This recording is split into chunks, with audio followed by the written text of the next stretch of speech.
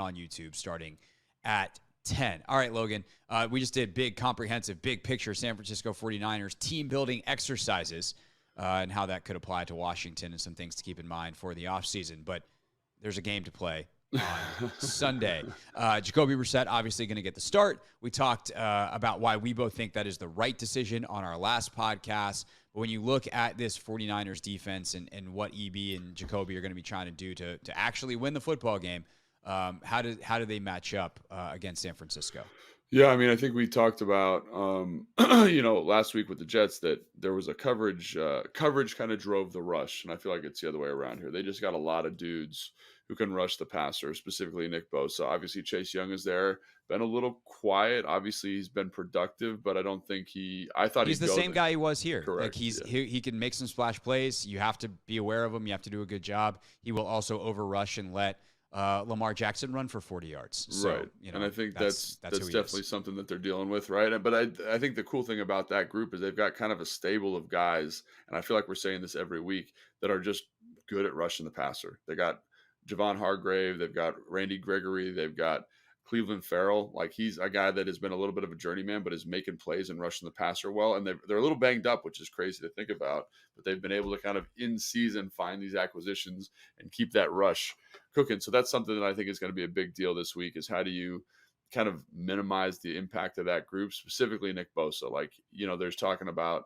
like, we've played some good pass rushers, and I think Micah Parsons, obviously very talented, but he's got to be maybe the second best guy we've seen, and he can just impact the game. And especially if the tackle is not as talented as, like, not a top 5 tackle, like Nick Bosa can absolutely wreck the game, because not only does he play with excellent technique, but he rushes the passer at an incredibly high level, and he just plays. He typically lines up defensive left, aka offensive right. Yes. So you got Andrew Wiley, who's questionable with an elbow injury, or Trent Scott out there trying to deal with him.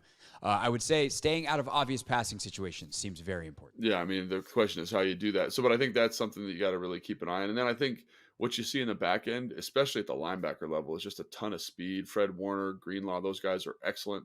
They run to the football, and they allow them to do so much from a light box perspective, because they're so good at A, playing the run, and then B, reading their keys and getting into coverage windows. So it's like we talked about this earlier this offseason about how linebacker play is being devalued, but in terms of impact on a defense or on a team, like having an elite middle linebacker is like it's like the number 3 thing you can have outside of a elite offensive tackle and elite wide receiver, just in terms of its impact on a roster. And I think they have that guy there in terms of Warner and what he does for them. So keep an eye on that. In the back end, it's a bunch of guys that are good football players, a little underrated. But again, the thing that sticks out to me about that group is they match concepts really well. So in this game, I think Jacoby's ability to anticipate throws is going to be huge. Like I watched the Minnesota game from earlier this year, because that's the team that has thrown for the most yards against them. And Kirk, that's the game Kirk got hurt, but in the first half or the first quarter he was playing, the level of anticipation he was throwing with was off the charts, into small windows, layering throws, and that's what it's going to take if you're going to throw the ball a ton against this defense. So that's something that I think to keep an eye on. And again, I'm glad that Sam's not playing in this game, because that's stuff that he struggles with tremendously. Is it going to be easy for Jacoby? No, it's not going to be. Hasn't been easy for anybody this year. Right. It's going to be tough, but I think there is a path to offensive production with Jacoby, but it's going to be very, very challenging. And we talked about how good the Jets defense was. This defense to me is better. It's just better coached. Things are a little bit tighter. They're more consistent. And that's saying a lot, because the Jets defense is amazing. So I was going to ask, how similar are they structurally? They're pretty similar. You have obviously Saleh, the former DC, now 2 DCs ago, but like I'd imagine he took a lot of what he was doing in San Francisco to New York, and thus they look pretty similar, even if their emphasis are a little bit different. Yeah, very similar. They kind of are like that day one quarters install, but they still run a little bit of cover 3. They still run 2. I think they run less man, I would say. They still run man, but they're like, the Jets ran a ton of man. And I think this team, might have to look at the numbers, but it feels like when you watch them, they're a little bit less man heavy. So, but again, it doesn't really matter, because they're so good at matching in their zone structures and anticipating throws and making plays in the football. So it's going to be a tough matchup, especially if that pass rush is cooking, and that pass rush can cook. So tough matchup offensively for the Commanders, but I think at least with Jacoby, there is a path, a vision where you can get some of those higher leverage throws and maybe make some plays and get some offensive production.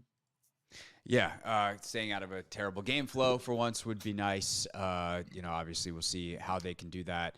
And then defensively, again, they're playing better. The bar was somewhere 6 feet under the floor in terms of what better meant. But they are playing better. Yeah. But this San Francisco offense generates space. It generates big plays. It does everything. I'd say if you keep them under 30, that's a hell of a win, considering the two sides doing battle here. And again, like the San Francisco 49ers don't traditionally like run away with games because they're perfectly content with running the football and kind of keeping it, deleveraging Brock Purdy. And I think this week, especially because of the offensive line injuries that they've suffered, I think you're going to see a much more conservative approach offensively. So, they present a ton of issues. Like if they were healthy right now, I'd be like, I don't know what we're going to do. Because one of the things that this defense has struggled since Ron has been back is I think they've struggled a little bit stopping the run. And you're going to see a lot of running stuff. You're going to see, we just talked about how they're going to try and get you in. Like Ron, I think, has done a good job of saying we're going to get into these more conservative coverage structures, deleverage the corners, take some off those guys' plates. And that's worked great, but you're playing light boxes. And at San Fran, I don't think you can do that. But the second you get into those heavy run structures, they're going to hit play action shots. They're going to hit drifts. The second that Ron's like, hey, Mayo, get in there, George Kittle's going to be running up a seam and troubles. And so that's the only thing that gives me some solace is that they are banged up on the offensive line. Trent's not going to play. They're really effective running the left side of the offensive line when he's in because obviously he's like the best tackle in football. But he's not going to play. I think they're going to sign a guy. They've signed a couple guys off other practice squads that are going to be here. So how effective is that group? Because while the scheme does take a lot of pressure off the offensive line, like you talked about with Brock Purdy, they are really nuanced and very detailed with the rules. So how can you get those guys all on the same page for this game on a short week? It's going to be very challenging for them. But because of all the stuff they do offensively, it's going to be a tough lift for the defense. And then that's not even talking about the physical matchups. Like how do you match up with Kittle? Who's got Debo? How do you handle all the motions and shifts that they do? Ayuk is playing like everyone talks about Debo, but he's playing better than Debo right now. Christian McCaffrey is a matchup nightmare.